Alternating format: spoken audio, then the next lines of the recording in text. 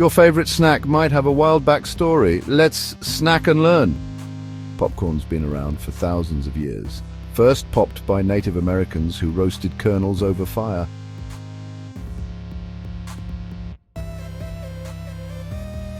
Legend says a chef in 1853, Saratoga Springs, sliced potatoes super thin in revenge for complaints, and thus potato chips were born.